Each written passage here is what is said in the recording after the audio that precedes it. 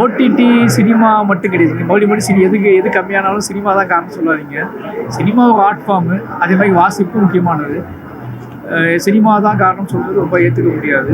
எப்படி அம்மா அப்பா சினிமா கூட்டிகிட்டு போகிறாங்களோ அது மாதிரி அம்மா அப்பா லைப்ரரி கூட்டிகிட்டு போகலாம்ல.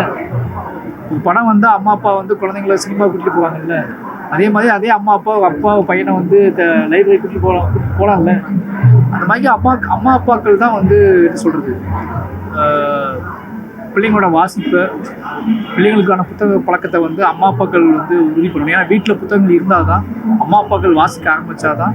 ஏன்னா அம்மா அப்பாக்கள் பண்ணுறது தான் பிள்ளைங்க பண்ணுவாங்க. அம்மா அப்பாவுக்கு ஃபோன் பார்க்குறாங்க, பிள்ளைங்க ஃபோன் பார்க்குறாங்க. அம்மா அப்பாவுக்கு டிவி பார்க்குறாங்க, பிள்ளைங்க டிவி பார்க்குறாங்க.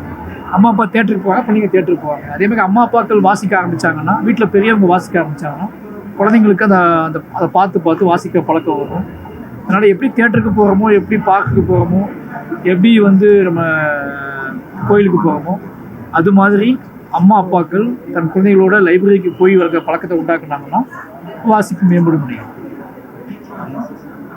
சம்பவங்கள் அதிகரிக்கக்கூடிய படங்கள் வந்து அதிகமாக இருக்கு. முக்கிய நடிகர்கள் கூட அதில் தான் மிகவும் கவனம் அதிகமாக பண்ணுறாங்க. அங்குறது கூட அந்த குடும்ப சம்பந்தமான படங்கள், சமூக அக்கறை உள்ள படங்கள், அரசியல் ரீதியான படமாக அதிகமாக வந்துட்டு இருக்கு. இந்த கேள்வி கேட்டால் இந்த கேள்வி சினிமா இப்படி வந்துட்டேக்க அப்படின்னா மக்கள் எதையோ விரும்பி பார்க்குறாங்கன்னு நினச்சிட்டு அவங்க எடுக்கிறாங்க. இப்போ மக்கள் மனநிலை மாறினா நடக்கும். திருப்பி சினிமா வர்றதுனால தான் நாங்கள் பார்க்கணும்னு சொல்கிறது ஏற்றுக்க முடியாது. ஏன்னா நீங்கள் நிராகரிச்சிட்டிங்கன்னா எடுக்க மாட்டாங்க. இதை இப்போ ஏன்னா ஒவ்வொரு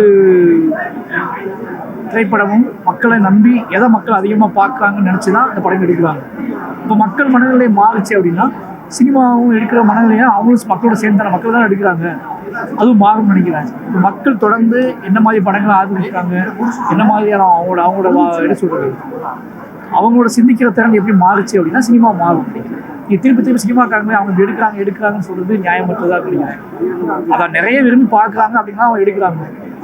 அதை விரும்பி பார்க்கலன்னு தெரிஞ்சா எடுக்க மாட்டாங்க. அப்போ மக்கள் தான் மாறணும். மக்கள் மாறணும்னு சொல்லணும்னா அவசியமற்றதை மக்கள் ஒதுக்கணும். இது அவசியமற்றதையும் நம்ம வேறு வழி இல்லாமல் பார்க்கறது இருக்குல்ல, அது தெரியுது நமக்கு, அது தேவையில்லை நமக்குன்னு தோணுது, திருப்பி போய் பார்க்கணும்ல, அதை நம்ம விட்டுருலாம். நிறைய போதைப் பொருள் கலாச்சாரங்களும் ரீதியான படுகொலைகளும் நடந்துட்டு இருக்கு. இது அதிகமாக போதைப் பொருள் ஈடுபட்ட பழக்கத்துக்கு அவங்களுக்கு என்ன அறிவுரையில் எல்லாரும் அம்மா அப்பா எல்லாம் சொல்லிட்டு தான் இருக்காங்க. இது ரொம்ப அவசியமற்றது அப்படிங்கிறது எல்லாத்துக்கும் தெரியும். உங்களை தப்பாக வழிநடத்துகிற எந்த விஷயத்துக்கும் யாரோடும் சேர்ந்து நீங்கள் வந்து எதுவும் செய்ய வேண்டிய அவசியம் இல்லை. ஏன்னா உங்களோட நண்பர்களை ரொம்ப கவனமாக தேர்ந்தெடுங்க. நீங்கள் என்ன சொல்கிறது, முதல்ல உங்கள் நேரத்தை நீங்கள் எப்படி செலவிடுறீங்க அப்படி ரொம்ப முக்கியமானது. அதுக்கு தான் சொல்கிறோம், வாசிக்கிறது, நண்பர்கள்ட்ட பழகிறது, நிறைய நல்ல விஷயங்களை பார்க்குறது அப்படி ரொம்ப முக்கியமானது. ஏன்னா தொடர்ந்து நம்ம என்ன பண்ணுறோம்னா என்ன பண்ணுறதுன்னு தெரியாமல், எப்படி நேரம் போக்குறதுன்னு தெரியாமல் நிறைய விஷயங்கள் வந்து ரொம்ப சாதாரணமாக தான் தொடங்குது. நீங்கள் சொல்கிற பழக்க வழக்கங்கள் எல்லாமே, தீய பழக்கங்கள் எல்லாமே பிளான் பண்ணி தொடங்குறது இல்லை. ரொம்ப சாதாரணமாக நண்பன் மூலமாகவோ இல்லை கூட இருக்கிற நபர்கள் மூலமாகவோ பழகுது. அப்போ அது அடிக்ட் ஆகிடுறாங்க. அப்படியாப்பட்ட நீங்கள் நண்பர்களே கவனமாக சூஸ் பண்ணுங்கள். அம்மா அப்பாக்கள் தங்கள் பிள்ளைங்களை கவனமாக ஹேண்டில் பண்ணுங்கள். அவங்க கூட ஃப்ரெண்டாக இருங்க. அவங்க கூட ஃப்ரெண்டாக இருந்தீங்க, அவங்க கூட பழகுனீங்க அப்படின்னா அவங்க அவசியமற்ற வாழ்க்கையே பழக மாட்டாங்க. அது ரொம்ப முக்கியமாக பார்க்கணும். திரையில் வந்து நம்மளை ரசிக்கிறாங்கிறதுக்காக வச்சுட்டே வந்து அரசியல்லையும் நம்மளை வந்து ரசிப்பாங்க, நம்மளை வெற்றி வைப்பாங்கன்னு சொல்லி அரசியல் வராங்க. சாத்தியமா? எல்லாமே ஒரு போட்டி மாதிரி தான். இந்த நடக்கக்கூடிய எல்லாமே வந்து அவங்க யார் வேணாலும் யாருக்கா கலந்துக்கலாம். பட் ரிசல்ட்டு மக்கள் தானே முடிவு பண்ண போகிறாங்க எல்லாமே. அதனால் வந்து யாரும் இங்கே வரக்கூடாது போகக்கூடாதுன்னு சொல்ல முடியாது. எல்லா துறைகள்லையும் எல்லாரும் அவங்க தன்னை ஈடுபடுத்திக்க முடியும். பட் மக்கள் நீங்கள் வந்து என்ன சொல்கிறது, மக்களுக்கு தனக்கு யார் வேணும்னு மக்கள் முடிவு பண்ணுவாங்க. எப்படி வேணும், ஏன் வேணும் அப்படிங்கிறத மக்கள் தான் முடிவு பண்ணுவோம். ஒரு மனிதர் நமக்கு தலைவனாக வேணும் அப்படின்னா அவங்க எந்த அடிப்படையாக தேர்ந்தெடுக்கிறாங்க அப்படிங்கிறத நம்ம புரிஞ்சிக்க வேண்டியதான். அது பொறுத்து வந்து எல்லாத்தையும் பார்க்கணும். எந்த துறையாக இருந்தாலும் கொள்கைங்கிறது முக்கியம். கொள்கையை வெளிப்படையாக சொல்லணும்னா கொள்கை சொல்கிறாங்கல்ல நீங்கள் என்ன சினிமா துறையில் தமிழக அரசுடைய ஒத்துழைப்பு எந்த அளவு இருக்கு? சினிமா துறை தமிழக அரசுடைய ஒத்துழைப்பு எந்த அளவுக்கு? நல்ல மாதிரி தான் இருக்குது. எல்லாமே நல்ல மாதிரி. சினிமா துறையில மட்டும் என்ன, சினிமா துறையின பெரிய சினிமா துறைக்கு மட்டும் நீங்கள் அவ்வளோ வேல்யூ கொடுக்கணும் அவசியம் இல்லை. எல்லா துறையும் தான் முக்கியமான, எல்லா துறையும் தான் கவனிக்கணும். சினிமாவும் ஒரு துறை, அவ்வளோதான். சினிமாவுக்கு மட்டும் பெருசாக ஒன்று முடிச்ச மாதிரிலாம் அர்த்தம் கிடையாது. சினிமா வந்து மக்கள்கிட்ட பயங்கரமாக, மக்கள்கிட்ட வந்து அது நிறைய மக்களை பார்க்கக்கூடிய துறையாக இருக்குது. அப்படிங்கனால நிறைய மக்களோட கனெக்ட் பண்ணுற துறையாக இருக்கிறதுனால அது ரொம்ப கவனமாக கையாள வேண்டியது இருக்குது.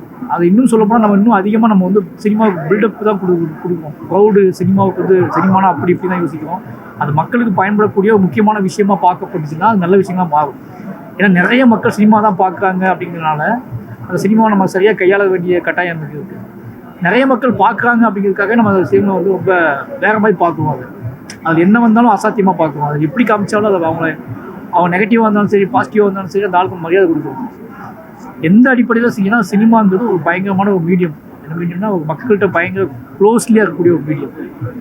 அதனால் அது வந்து அது நேர்மையாக கையாளப்பட்ட அவங்க சரியாக முடியும்.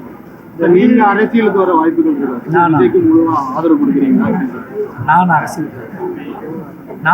என்னோட அரசியல் அப்படிங்கிறது கலை பண்பாட்டு வழியில் நான் வந்து எனக்கு இப்போ நான் சின்ன வயசுலேருந்து அரசியலில் தான் இருக்கேன். எனக்கு தெரிஞ்சு நான் ஒரு 6-7 வயசு 8 வயசுல நான் செவத்தில் எழுத ஆரம்பிச்சிட்டேன். தலைவர் என்ன சொல்கிறது, வாழ்க வெல்கன்னு எழுத ஆரம்பிச்சிட்டேன். அரசியலேருந்து சினிமாவுக்கு வந்தவங்க தான் நான் மாறி சொல்லுவேன்.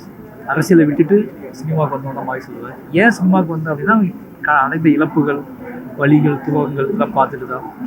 ஆனால் எனக்கு மக்கள்கிட்ட பேசணும் அப்படின்னால சினிமாவை பயங்கரமான ஆயுதமாக பயன்படுத்துவேன். என்னோட சினிமா வந்து ஒரு அரசியல் இல்லாமல் இருக்காது. அதனால் இப்போ நான் என்னோட சினிமா வழியாகவே நான் அரசியல் தான் இருக்கேன். பழைய படங்கள் வந்து அதிகரிச்சு படையப்பா வந்து ரஜினிகாந்த் பெரிய லெவலில் கொண்டாடப்படுறாங்க.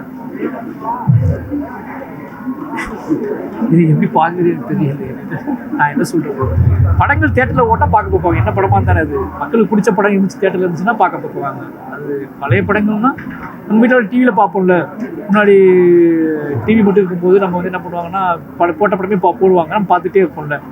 எப்படி பார்த்தாலும் நமக்கு பிடிச்ச படம், நம்ம பார்த்த படம் நம்ம வந்து டக்குனு ஓடிச்சுன்னா நின்று பார்க்க தான் செய்யணும். இந்த மாதிரி பழைய படங்கள் தேட்டர்லேயே ஓடுறது, அதை பார்க்குறது நல்ல விஷயம் தானே. தேட்டரில் சும்மா இருக்கக்கூடாது. தேட்டர் ஏதோ வகையில் ஒன்று ஓடிட்டே இருக்க போகுது. அது நமக்கு பிடிச்ச விஷயமா ஒன்று ஓடிட்டு இருந்துச்சுன்னா மக்கள் பார்க்க போகிறாங்க, அவ்வளோதான். அது பிளான் பண்ணி திட்டப்பட்டுலாம் பண்ணுறது இல்லை. ஏன்னா இப்போ அவ்வளோ ஸ்க்ரீன் இருக்குது, போல நிறைய ஸ்க்ரீன் இருக்குது. படங்கள் இப்போ வந்து கிட்டத்தட்ட இந்த இப்போ கம்மியாக தான் நினைக்கிறேன். நான் சொல்லப்போனால் இந்த மாதம் படமே பெருசாக இல்லைன்னு நினைக்கிறேன். அப்போ தேட்டர் சும்மா வைக்க முடியாதுல்ல. ஆனால் நிறைய படங்கள் ரிலீஸ் பண்ணுறாங்க, மக்களுக்கு பிடிச்சா போய் பார்க்க பார்ப்பாங்க. அது ஒரு என்டர்டெயின்மெண்ட் தான். அவங்க வந்து என்ன எப்போ என்ன படம் வேணாலும் போடலாம், மக்கள் பார்க்கணும்ல. மக்கள் பார்த்தாங்கன்னா எந்த படம் வேணாலும் ஓடுங்க. விஜய் கூட சேர்ந்து நீங்கள் பயணிக்க ரெடியாக இருக்கீங்களா அரசியலில்? தேங்க்யூ.